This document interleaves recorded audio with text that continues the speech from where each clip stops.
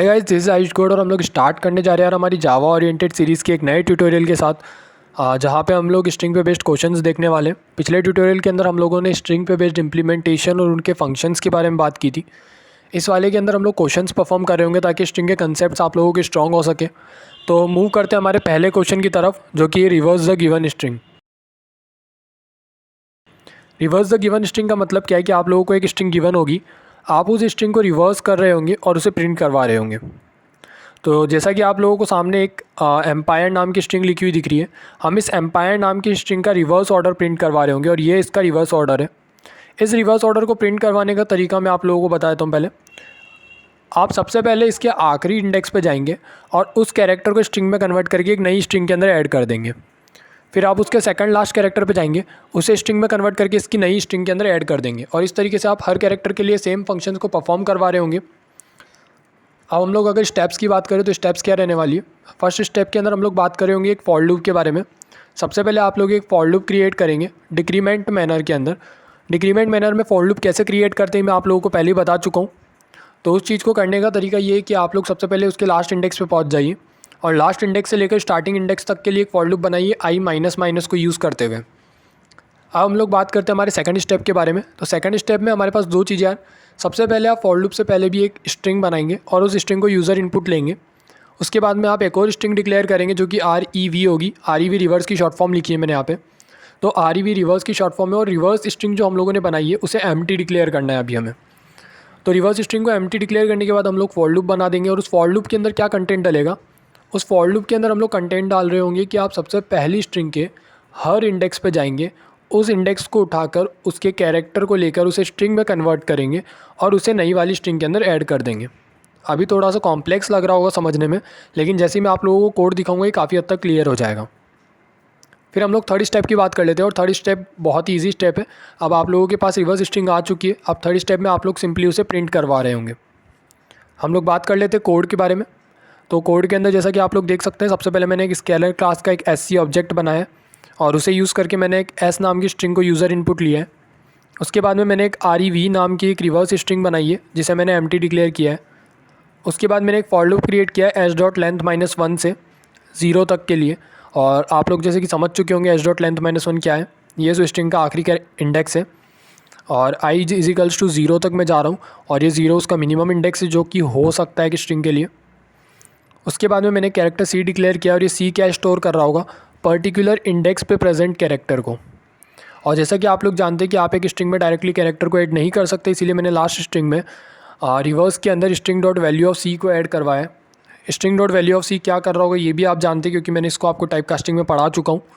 But फिर भी मैं एक बार बता देता हूँ कि अगर आप एक कैरेक्टर को स्ट्रिंग में कन्वर्ट करना चाहते हो तो आपको string dot value of C का यूज़ करना पड़ता है। और ये C यहाँ पे हमारे इस वेरिएबल का नाम है। आप यहाँ पे अगर कोई और वेरिएबल का नाम रखते हैं तो आप उससे दे सकते हैं। तो इस तरीके से आप लोग उसे इम्प्लीमेंट कर रहे होते हैं और फाइनली जब आप इस फॉर लूप से बाहर निकलते हैं तो इस फॉर लूप से बाहर आती है आप लोगों को आपकी रिवर्स स्ट्रिंग मिल जाती है और उसे आप प्रिंट करवा सकते हैं। तो जैसा कि मैंने यहाँ पे प्रिंट करवाया system.out.println रिवर्स्ड स्ट्रिंग इज़, और रिवर्स स्ट्रिंग आप लोगों की है REV, तो मैंने उसे प्रिंट करवा दिया है। तो इस तरीके से आप लोग उसे प्रिंट करवा रहे होते हैं और फाइनली मैंने एक लिखा है SC.close। SC.close का मतलब होता है कि अब आप स्कैनर को क्लोज कर रहे हैं। तो आई होप आप लोगों को ये कोड समझ में आ गया होगा। अब हम लोग इसे लाइन बाय लाइन इंप्लीमेंट करके देख लेते हैं कि कैसे आप इसे लिख रहे होते हैं, ताकि लाइन बाय लाइन भी मैं आप लोगों को एक्सप्लेन कर पाऊँगा। अभी आप लोगों को इतना कोड क्लियर होगा। यहाँ पे बस एक public static void main type की क्लास बनी हुई है और इस चीज़ को हम लोग पहले से यूज़ करते आ रहे हैं, तो इसमें आपको कोई भी कन्फ्यूजन नहीं होना चाहिए। हम लोग स्टार्ट करते हैं अब हमारे कोड के साथ, जहाँ पे हम लोग सबसे पहले एक स्कैनर क्लास का ऑब्जेक्ट बना रहे होंगे।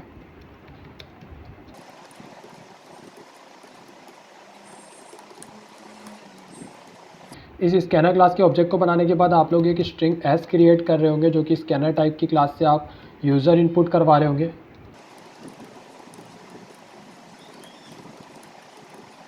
और इस ओरिजिनल स्ट्रिंग को लेने के बाद अब आप एक रिवर्स नाम की स्ट्रिंग क्रिएट कर रहे होंगे जो कि एम्प्टी स्ट्रिंग में कन्वर्ट होने वाली है।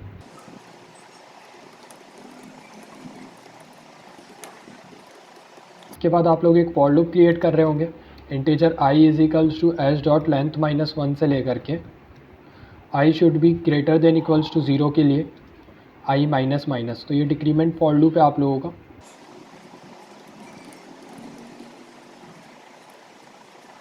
अब इसके बाद में आप लोग क्या कर रहे होंगे, आप लोग यहाँ पे एक कैरेक्टर सी बना रहे होंगे और ये सी कैरेक्टर क्या करेगा, जो भी एस की पर्टिकुलर इंडेक्स पे कैरेक्टर प्रेजेंट है उसे लेके आ रहा होगा और उसे अपने आप में स्टोर करवा रहा होगा।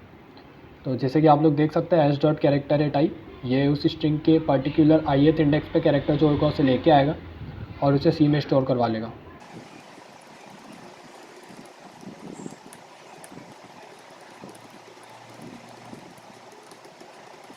Now REB is equals to REB plus string dot value of, और उसके बाद में आप सी ऐड कर देंगे यहाँ पे। अब इस लाइन का मतलब क्या है, ये सबसे पहले आपकी स्ट्रिंग डॉट वैल्यू ऑफ सी का मतलब होता है कि जो आपने सी कैरेक्टर लिया है उस सी कैरेक्टर को ये सबसे पहले स्ट्रिंग में स्टोर करेगा और उसको स्ट्रिंग में कन्वर्ट करने के बाद वो REB के एंडिंग में उसे ऐड कर देगा।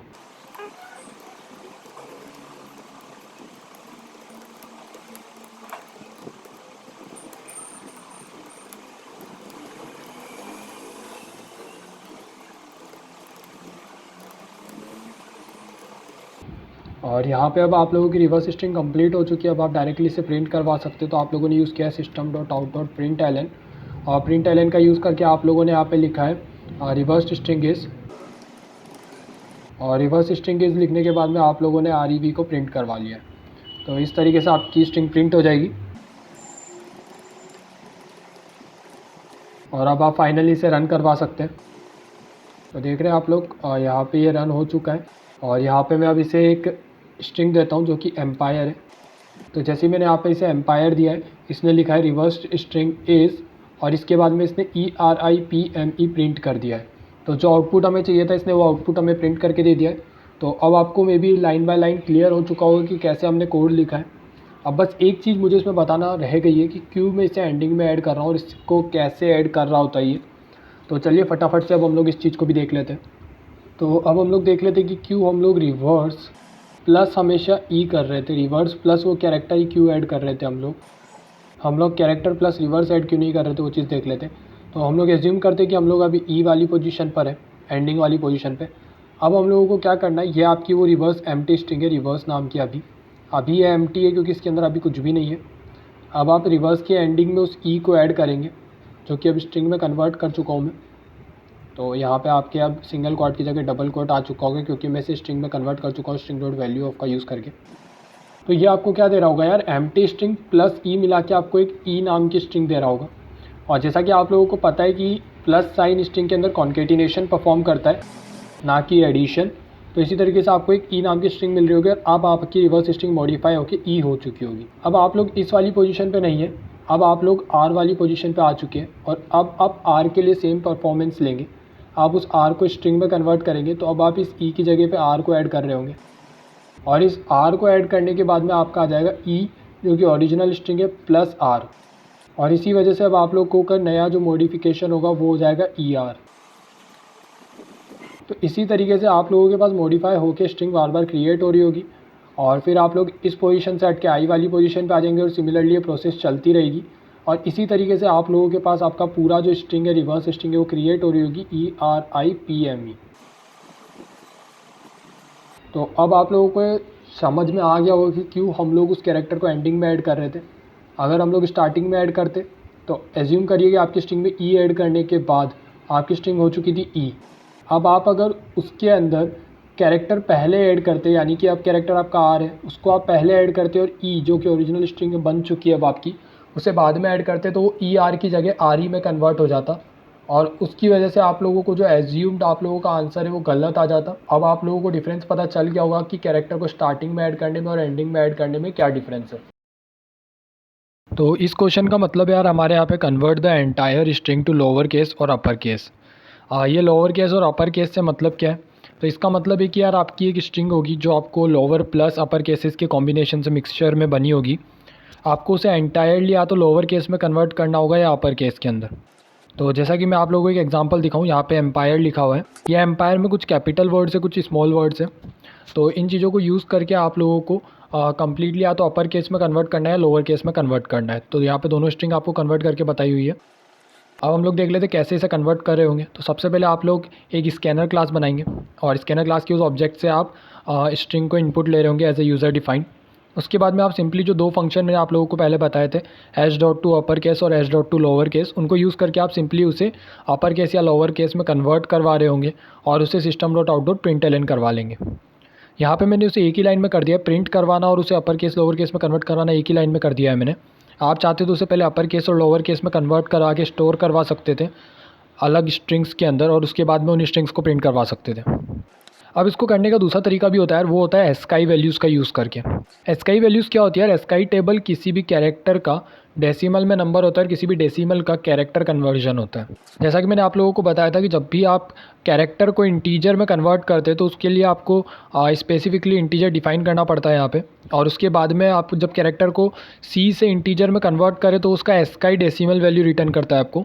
तो देख लीजिए यहाँ पे सी के लिए ये रहा सी, और सी के लिए आपका एस्काई डेसिमल वैल्यू है 67, तो यहाँ पे 67 प्रिंट हो जाएगा। सिमिलरली अगर आप 67 को कैरेक्टर में कन्वर्ट करना चाह रहे हो तो वो आपको सी दे देगा। तो अब आप लोग क्या कर सकते हैं, यहाँ पे आप लोग जाएंगे, आप लोग सबसे पहले पर्टिकुलर इंडेक्स का कैरेक्टर लेंगे और चेक करेंगे कि क्या वो 65 से 90 के बीच में आ रहा है। अगर वो ऐसा है तो जब आप अपर केस निकाल रहे हो तो उसको एज इट इज़ ऐड कर देना है, और जब लोअर केस की स्ट्रिंग में ऐड करेंगे तो उसके अंदर आप +32 करके और फिर वहाँ पे जो कैरेक्टर होगा उसे ऐड कर देंगे। सिमिलरली अगर आप लोअर केस आता है आप लोगों के पास, तो जब आप लोअर केस की स्ट्रिंग तैयार कर रहे हैं तो वहाँ पे एज इट इज़ ऐड करेंगे, और अगर अपर केस की स्ट्रिंग के अंदर आपको वो वैल्यू ऐड करनी है तो -32 करके ऐड करेंगे। तो ये कन्वर्जन आप समझ गए होंगे। जब आपको कैपिटल मिलता है और आपको स्मॉल वाली लिस्ट में ऐड करना है तो +32, और जब आपको कैपिटल स्मॉल लेटर मिलते हैं और आपको उसको कैपिटल लेटर्स के अंदर कन्वर्ट करना है तो आप लोग +-32 कर रहे होंगे। तो ये कन्वर्जन करते हुए आप लोग इसको एस्काई टेबल से भी अप्लाई कर सकते हैं, बट हम लोग एस्काई टेबल से अप्लाई नहीं करने वाले, हम लोग यहाँ पे 2 अपर केस और लोअर केस का यूज़ करने वाले। तो चलिए स्टार्ट करते हैं हमारे इसकी इम्प्लीमेंटेशन के साथ। तो अब हम लोग आ चुके हैं यार हमारे इम्प्लीमेंटेशन वाले पार्ट के अंदर। यहाँ पे हम लोग सबसे पहले स्कैनर क्लास का एक ऑब्जेक्ट बनाएंगे।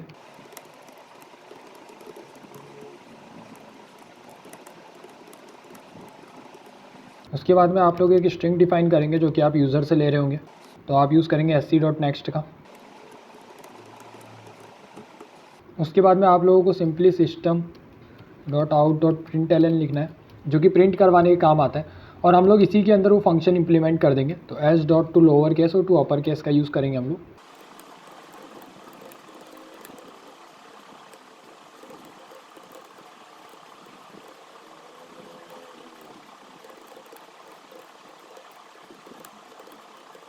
तो इस तरीके से हम लोगों को अपर केस लोअर केस के क्वेश्चन सॉल्व करने होते हैं। अब मैं इसे एक बार रन करके बता देता हूँ।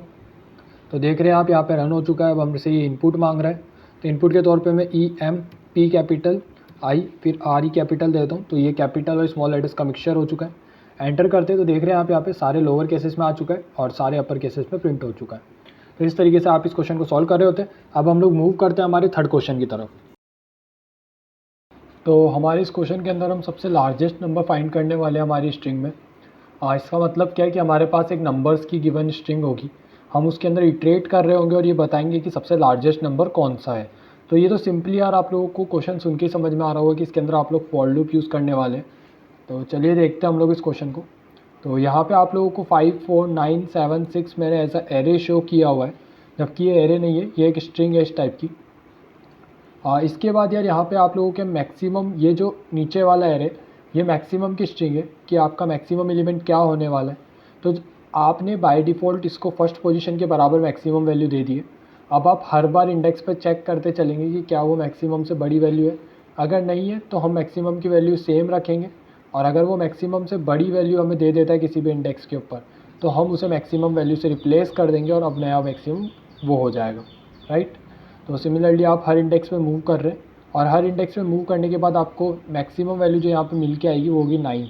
तो आपका फाइनली जो आउटपुट होगा वो ये लास्ट वाला मैक्सिमम वैल्यू होगा जो कि 9 आपको रिटर्न करेगा। तो हम लोग इसका कोड देख लेते हैं फटाफट से। तो इसके कोड के अंदर यहाँ पे मैंने सबसे पहले एक स्कैनर नाम का एक ऑब्जेक्ट बनाया है SC करके, और उस स्कैनर ऑब्जेक्ट को यूज़ करके मैंने एक स्ट्रिंग का इनपुट लिया है sc=sc.next स्ट्रिंग ली है मैंने s नाम की। अब इसके नीचे वाली लाइन में यार मैंने मैक्सिमम को इनिशियलाइज़ किया है इस स्ट्रिंग के फर्स्ट वाले कैरेक्टर के बराबर, लेकिन यहाँ पे मैंने इतना लंबा सा लाइन क्या लिख दिया ये समझ में अगर नहीं आ रहा हो तो ये s.character @ 0 क्या करेगा कि फ़र्स्ट पोजीशन पे जो कैरेक्टर अवेलेबल है उसे लेके आएगा। लेकिन अब आप डायरेक्टली इस कैरेक्टर को इंटीजर में कन्वर्ट नहीं कर सकते, क्योंकि आपको पता है कि जब आप कैरेक्टर को इंटीजर में कन्वर्ट करते हो तो वो उसकी एस्काई वैल्यू रिटर्न करता है। तो आप नहीं चाहते कि अभी उसकी एस का ही वैल्यू रिटर्न हो, आप चाहते हो कि वो जैसा है वो वैसा प्रिंट हो जाए इंटीजर में। तो उसके लिए आप लोग क्या कर रहे होंगे कि एस डॉट कैरेक्टर एट आई को सबसे पहले स्ट्रिंग में कन्वर्ट कर रहे होंगे। तो ये string dot value of S dot character at I क्या करेगा कि जीरोथ इंडेक्स पे जो एस के अंदर कैरेक्टर प्रेजेंट है उसे स्ट्रिंग में कन्वर्ट कर देगा, और फिर finally integer dot parse int से इंटीजर में कन्वर्ट करके मैक्सिमम वैल्यू में स्टोर करवा देगा। इतना होने के बाद आप लोग एक लूप लगाएंगे integer i is equals to 1 से लेकर एस डॉट लेंथ तक के लिए, और आई को प्लस प्लस करते चलेंगे। और इसके बाद में आप लोग सेम कंडीशन चेक करेंगे कि अगर आपकी मैक्सिमम वैल्यू छोटी है, कोई भी ऐसी वैल्यू जो उस स्ट्रिंग के अंदर आ रही है, सेम चीज़ आपने करी है, किसी भी ith इंडेक्स पे जो कैरेक्टर प्रेजेंट है उसे स्ट्रिंग में कन्वर्ट किया और उसे फिर फाइनली इंटीजर में कन्वर्ट कर दिया है, और चेक किया है कि क्या वो मैक्सिमम से बड़ी वैल्यू है। अगर वो मैक्सिमम से बड़ी वैल्यू है तो मैक्सिमम को अब रिप्लेस कर देंगे हम उस वैल्यू के साथ, और इसी तरीके से आप लोगों की जो मैक्सिमम वैल्यू होनी चाहिए वो आपको मिल जाएगी, और फाइनली अब आप उसे प्रिंट करवा लेंगे। तो चलिए आज स्टार्ट करते हैं हमारी इसकी इम्प्लीमेंटेशन के साथ। तो हमारे इस क्वेश्चन के अंदर हम सबसे लार्जेस्ट नंबर फाइंड करने वाले हैं हमारी स्ट्रिंग में। इसका मतलब क्या है कि हमारे पास एक नंबर्स की गिवन स्ट्रिंग होगी, हम उसके अंदर इटरेट कर रहे होंगे और ये बताएंगे कि सबसे लार्जेस्ट नंबर कौन सा है। तो ये तो सिंपली यार आप लोगों को क्वेश्चन सुन के ही समझ में आ रहा होगा कि इसके अंदर आप लोग फॉर लूप यूज़ करने वाले हैं। तो चलिए देखते हैं हम लोग इस क्वेश्चन को। तो यहाँ पे आप लोगों को 5 4 9 7 6 मैंने ऐसा एरे शो किया हुआ है, जबकि ये एरे नहीं है, ये एक स्ट्रिंग है इस टाइप की। इसके बाद यार यहाँ पे आप लोगों के मैक्सिमम, ये जो नीचे वाला एरे ये मैक्सिमम की स्ट्रिंग है कि आपका मैक्सिमम एलिमेंट क्या होने वाला है। तो आपने बाय डिफ़ॉल्ट इसको फर्स्ट पोजीशन के बराबर मैक्सिमम वैल्यू दे दी है।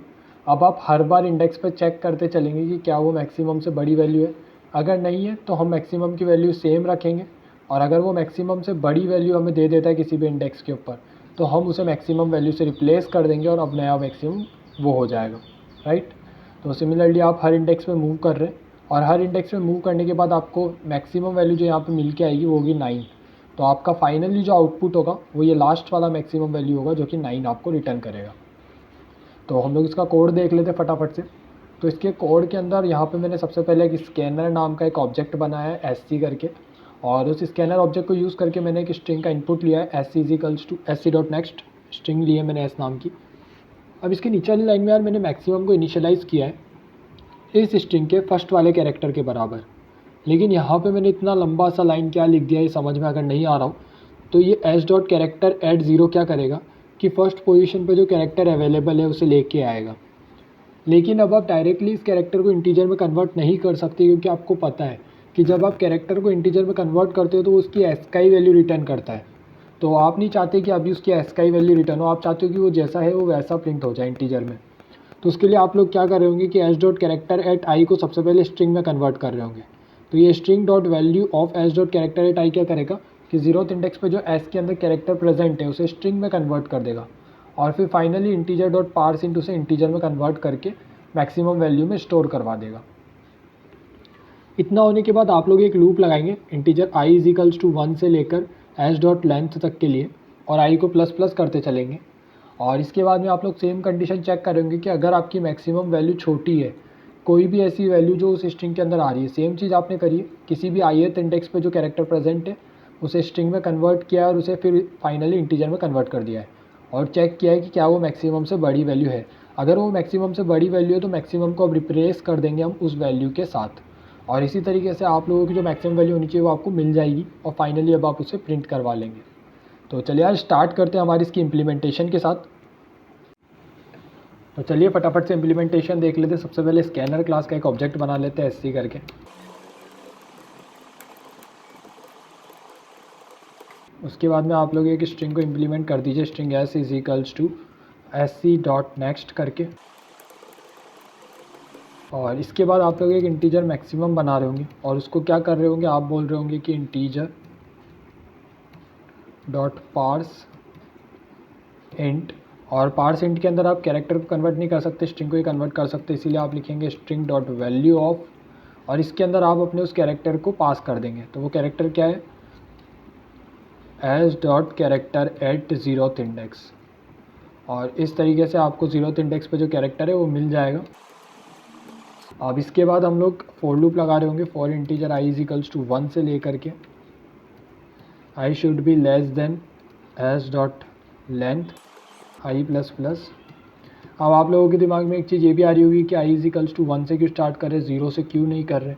क्योंकि 0 से स्टार्ट करने का कोई मीनिंग ही नहीं है, क्योंकि 0 वाली वैल्यू तो बराबर है आपके मैक्सिमम वैल्यू के, क्योंकि आपने 0 वाली वैल्यू तो मैक्सिमम को इनिशियलाइज़ करने के लिए यूज़ की है।